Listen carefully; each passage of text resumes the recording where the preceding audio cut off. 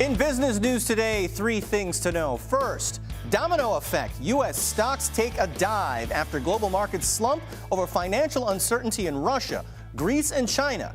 Then, knockout, fighting superbugs and winning the battle. How businesses are helping to combat deadly diseases like malaria and saving lives around the world.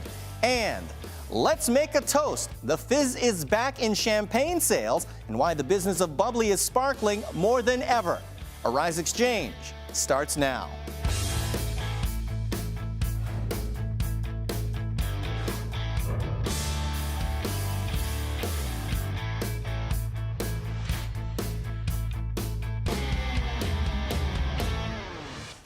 Hello, I'm Gary Anthony Ramsay in for the vacationing Andrew Schmertz.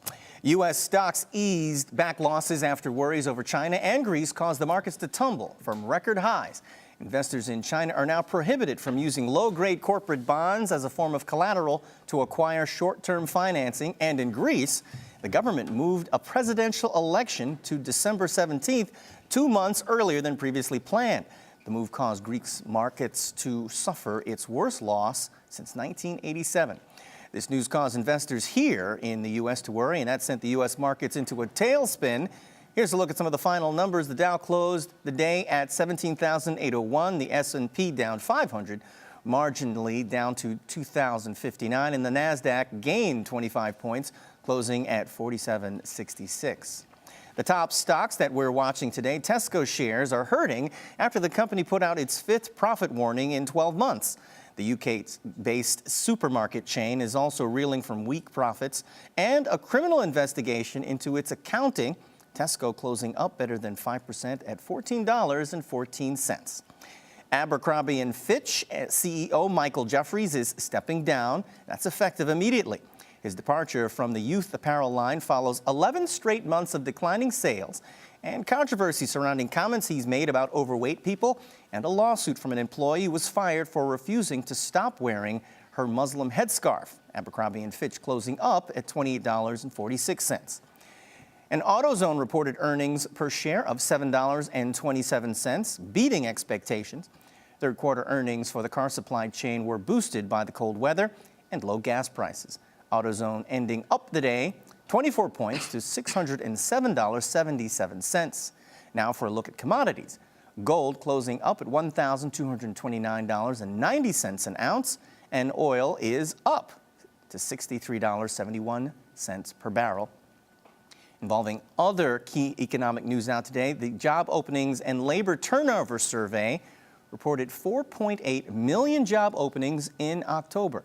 That's edging slightly higher than it did in September.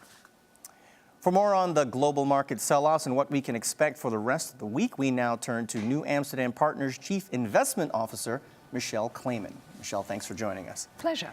Now, is the Chinese limiting what people can do or what businesses can do to lend, and the Greeks moving up the election? Is this a knee-jerk reaction, or is there something more really substantive to be afraid of here?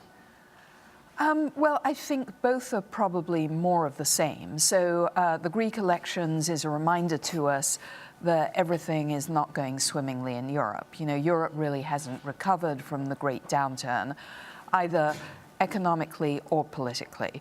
So this just says more turmoil ahead, or potential turmoil. And with China, you know, they have to act carefully to prevent bubbles. So they had a huge residential housing boom, and it's resulted in what they call ghost cities. And we know here how our housing bubble ended in tears.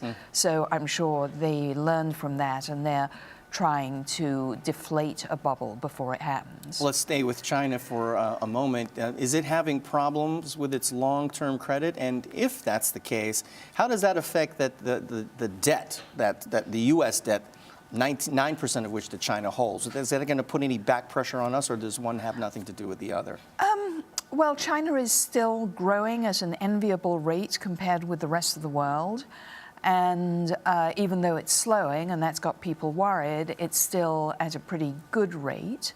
You know, the U.S. at the moment, because of troubles elsewhere in the world, is seen as a safe haven, and you've got the federal deficit dropping. So I don't think that you'll see a lot of withdrawals of foreigners from U.S. debt because of the safe haven issue, and in any case, with the federal deficit dropping, it might not be as meaningful as it would have been when the deficit as a percent of GDP was very high. We've seen improvements in unemployment numbers here in the U.S. Does that look to, is that an indicator of what the Fed might do with regards to interest rates? Are they going to continue to hold the line, or could we see a tick? The Fed is not going to want to spook the market. So obviously the U.S. markets have done well. And really, as you look around the world, we've been the star market. But it's still pretty fragile. And the Fed knows that whenever they even twitch, that everyone gets concerned. So, you know, we're thinking still that middle of next year is when rates start to tick up. We've heard a lot about oil prices over the last few weeks. Is that going to continue to have an effect? We've seen an uptick today. Has the oil bottomed out? I think the oil could trend a little lower. You've got increases in supply, and at the same time, aside of the U.S., many other economies in the world are fairly stagnant. And you've got, you know, these interesting sources of supplies which are distorting the markets. Michelle Clayman from New Amsterdam Partners, thank you so much for joining us. I was happy to be here. Thank you. Coming up, eliminating and eradicating deadly diseases, how companies are helping to win the fight against malaria and Ebola. All of that when Arise Exchange returns.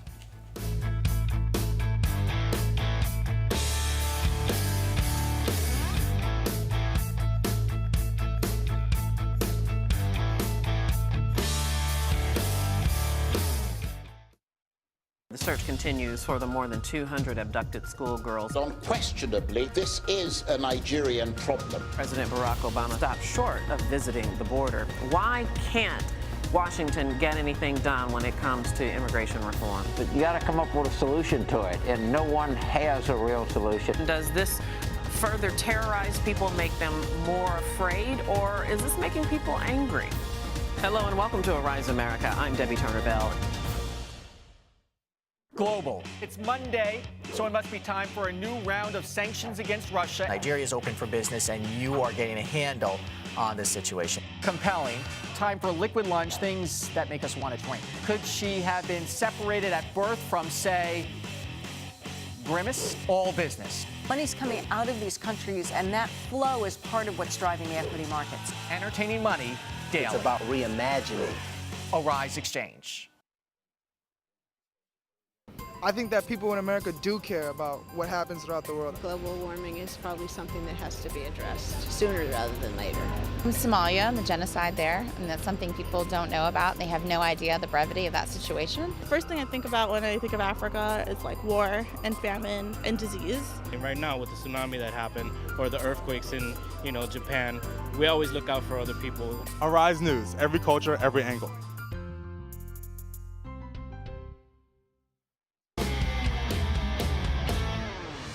Welcome back to Arise Exchange. In a world where over the last few weeks we've been dealing with horrible news about Ebola on the African continent, a promising new report released by the United Nations Health Agency reveals that despite a 43% population increase in sub-Saharan Africa, fewer people are being affected by malaria each year.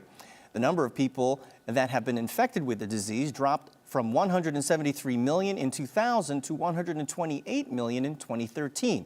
Experts say this number will continue to decline, and that's because of advances in medicine and access to testing and mosquito netting that have been improved. Some of it has now been treated, and what's even better, more countries are moving towards eliminating the disease altogether. Trey Watkins is an external relations officer with the Rollback Malaria Partnership. Thank you for coming to Exchange. Thanks very much for having me. Happy to be here. So we know that the numbers of people that are dying have actually fallen significantly. And what would you say is the key? What are some of the key factors in making that happen? Well, that's right, Gary. I mean, we've seen a tremendous progress against malaria in recent years. And in fact, as you said, we have a new World Malaria Report out today that the WHO has launched. And in that, it's estimated that we've seen malaria mortality rates decrease by 47% globally since 2000 and 55% or 54% in Africa alone. We've seen collectively nearly 4 million deaths averted. And those lives saved really translate to broader advancements against the development agenda right across the board. They're translating to increased productivity, more days in school. They're creating really healthy and viable societies. And there are a number of reasons why I think we've seen this. We've seen this because we've seen increased financing and commitment right across the board from international donors, big ones like the US, Canada, France, Japan, Australia, the Global Fund certainly. We've also seen increased domestic financing, including from some African governments. We've also seen incredible coordination of partners right across the board from all sectors under the Rollback Malaria Partnership. And of course, we've seen incredible technical guidance by the World Health Organization. Now the Rollback Malaria Partnership does help the United Nations basically marry this money, $1 billion from the World Bank, $300 million from the Gates Foundation. You help marry that money to actual solutions that work, and one of those solutions is treated netting. Is that correct? Correct, absolutely. The Rollback Malaria Partnership is really the global coordinating mechanism for the response to malaria. It was started in the late 1990s by several UN agencies, including the World Health Organization, of course, UNICEF, UNDP, and the World Bank, at the time to really be the UN's coordinating mechanism for malaria. In other words, to bring all the players together and to coordinate a response. We quickly grew to become a very truly public-private partnership, and we work right across the board with a variety of different sectors.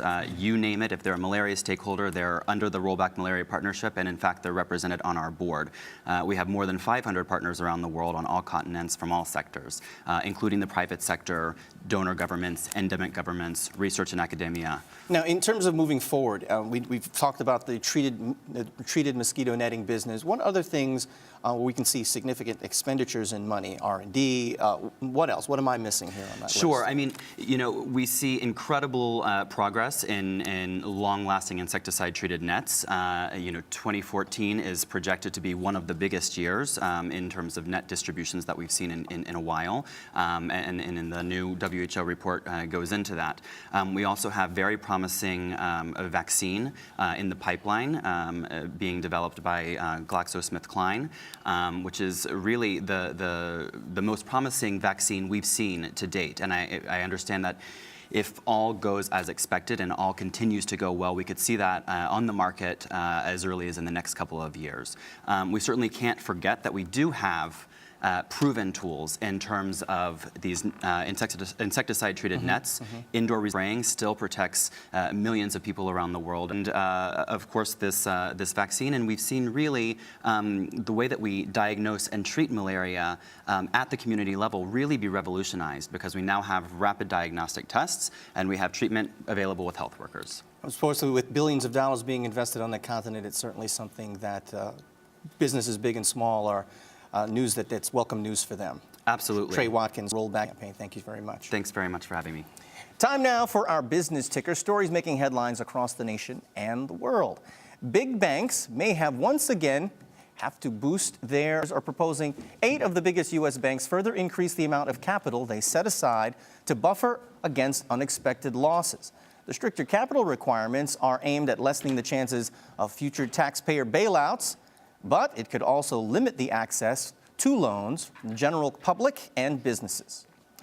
Well, it's one of the largest penalties ever imposed on a U.S. defense contractor. This is according to a report by the Wall Street Journal.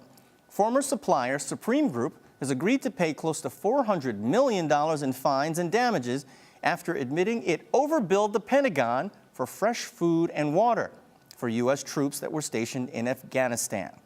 And you thought the overcharges related to $17,000 toilets were behind you. Well, it appears that the $8 billion supply contract that Supreme Group had with the U.S. government up until 2013 is going to cost them $400,000 less. Well, Citigroup is taking a $3.5 billion hit this quarter. This as the bank nears settlements with federal prosecutors and regulators over multiple investigations. Legal costs are expected to reach over $2.5 billion, plus another $800 million in restructuring costs. Well, you can now bargain for certain items on Amazon. This morning, the e-commerce giant launched a new Make an Offer feature that allows customers to negotiate prices on collectibles and fine art from third-party sellers. The move puts Amazon in competition with sites like eBay, and if Amazon decides to get into the travel biz, Priceline could be next. And it's the most expensive rental property on the island of Manhattan, possibly the world. A $500,000 a month apartment, that's right, $500,000 a month. It's rented at the Pierre Hotel, and that's a residence on Fifth Avenue. Luxurious, full-floor monthly rental has close to 5,000 square feet of living space, including 6 bedrooms and 6.5 bathrooms, with a view of Central Park and the Manhattan skyline. The same unknown and unnamed tenant also leased a less expensive little outhouse, separate suite for guests at a mere $150,000 a month. Ahead, why fantasy football, that's American football for you soccer people, is generating real big profits worldwide. All that when Arise Exchange returns.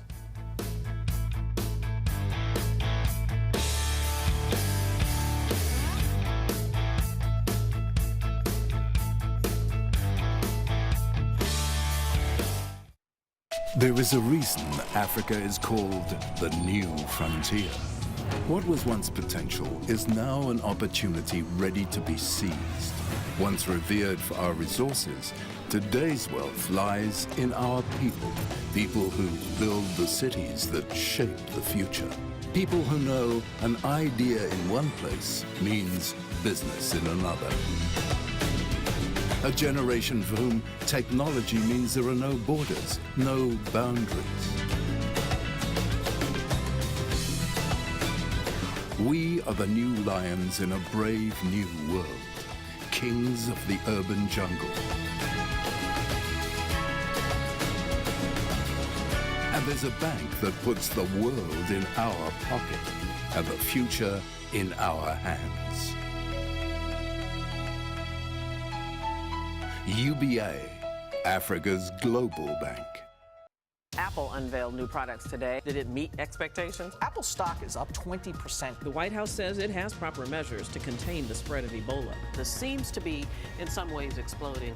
What are officials saying? We remain focused on working with our partners on the ground to stop the epidemic. Enhanced measures have been put in place in Africa and the United States. This is hitting home in a very real way, and I think, we need to be concerned. Hello and welcome to Arise America. I'm Debbie Turner-Bell.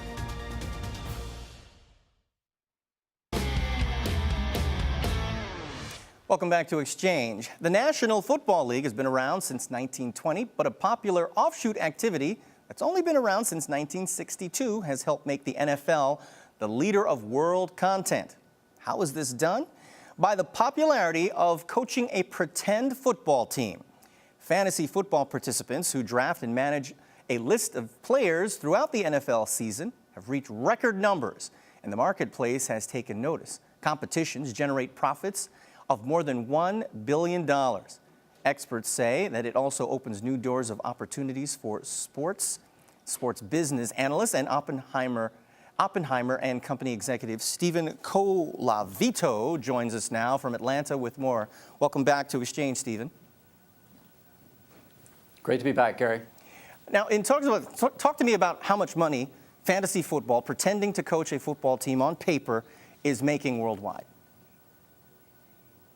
Well, Forbes this year estimated when you look at both tangible, intangible assets, you look at advertising, the number's around $70 billion.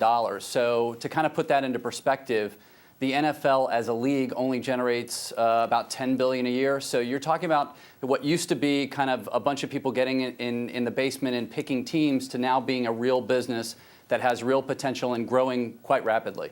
How are the leagues and how are the league teams actually taking part in it? Are they, or are they forbidden to do so?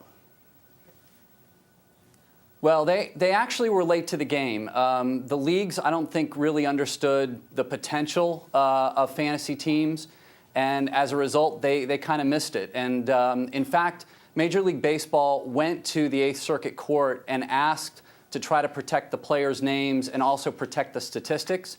And ultimately, the Eighth District Court said no, that's public domain, and that they couldn't do it. They took it to the Supreme Court, and the Supreme Court wouldn't even take the case. So what the leagues like the NFL have done, instead of kind of trying to play in the league itself, what they're doing is creating content through media like the NFL Network, where they're actually going and having basically fantasy football shows, talking about statistics, talking about players that are injured. So that's kind of the way that they've benefited from these leagues, but they don't have a direct benefit. It's an indirect. So if you're a fantasy football fan, and I could use myself as an example, if I were a fantasy football fan, if my team, the Giants, which aren't doing very well, so I'm less inclined to watch them throughout the course of the year from now on, if I'm a fantasy football player, I can still be interested in watching the game and thus the advertising that's being pumped in, correct? Yeah, and it's actually kind of changing too, because what used to be kind of a weekly sport, so the estimates right now are there are 32 million fantasy football gamers. And so what used to be a weekly event is now even becoming daily. So there's actually daily fantasy teams that you can put together in various leagues. So it's not just NFL, but it's even actually gone overseas. So cricket, soccer or football as a Premier League. So these things, this business is growing quite rapidly and keeping even you that is basically not necessarily interested in the Giants, may be interested in some other things through the course of the season. Now talk to me about the legality of this. I imagine in the States or even from country to country, is there a question of whether this is legal or regulated? Well, at this point, it's not. I think that at some point down the road it will be because, again, there are new sites like FanDuel that are actually creating payouts to players. So there are people that have actually left their jobs, Wall Streeters, for example, that have created algorithms to try to figure out the best way to put together their teams and are winning money. The way that these sites have gotten around that is that they view this as a game of skill and not a game of chance. So that's kind of the legal loophole that they've gotten around. I would say to you that as this continues to grow, and FanDuel, for example, over the last 2 years has grown by a multiple of 10 times, as this continues to grow, as the payouts get bigger, I think you'll see regulators step in just to make sure that everything's done on the up and up, because there's going to be a lot of money exchanged over the course of the next 3 to 5 years. Oppenheimer sports analyst Stephen Colavito, thank you again for joining us. Coming up next, cashing in on champagne, why more consumers are choosing the bubbly over other spirits. That's a bad British accent. All that, though, when Arise Xchange comes back.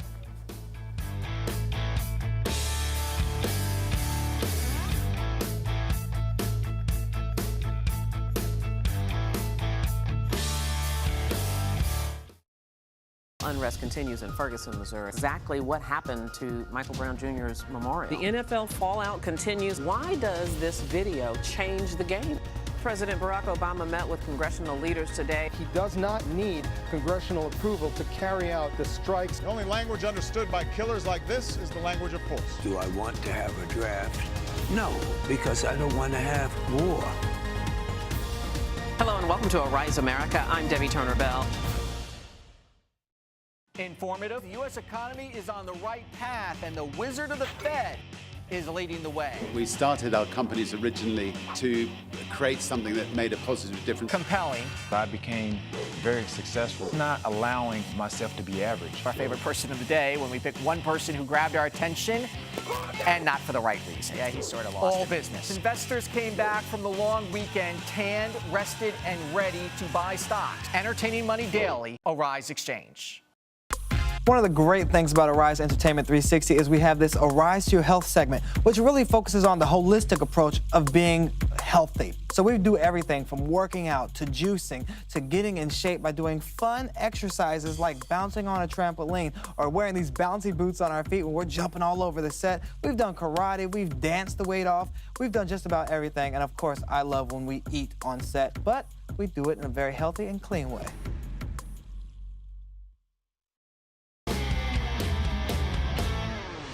Welcome back to Exchange. It's that time of year, and it's that time of the day for my favorite segment of the day. It is the business of bubbly.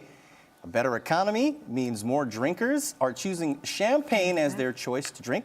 Despite several lackluster years of sales, experts say champagne and sparkling wine sales are making a huge comeback. No one knows this more than our next guest.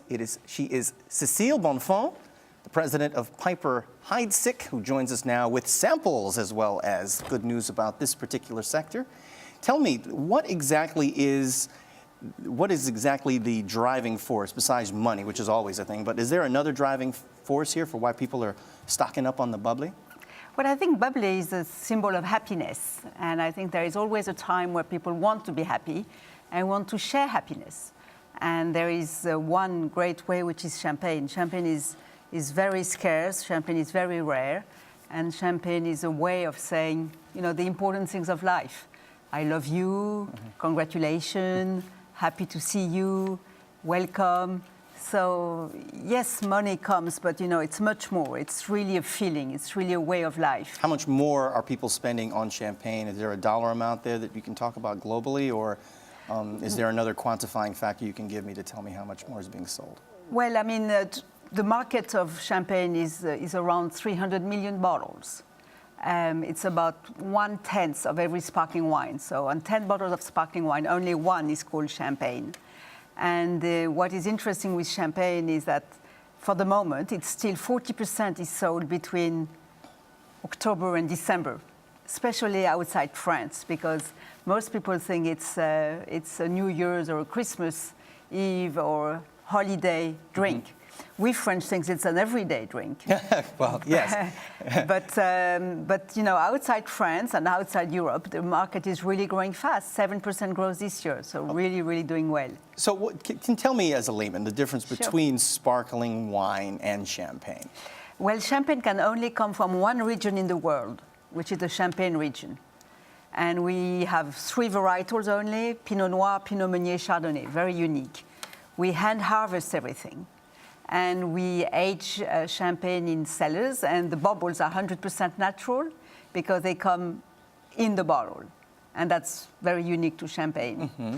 And the fact that, when you put champagne on a table and it says champagne, it tells your guests something very special. I don't know how you feel about it, but champagne is very, very special. Oh, yes, it's very special. Uh-huh. So outside of France, what is the #1 country to consume champagne?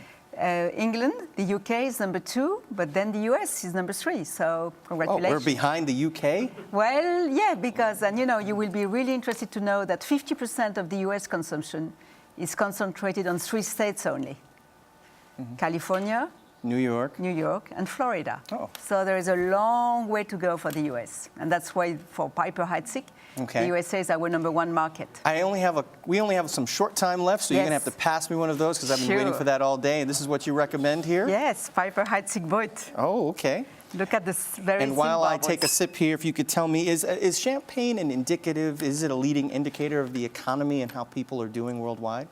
Well, I think it's, it's what some people call the champagne index, which means that if champagne goes well, it's a proof that the country goes well. And it's not untrue.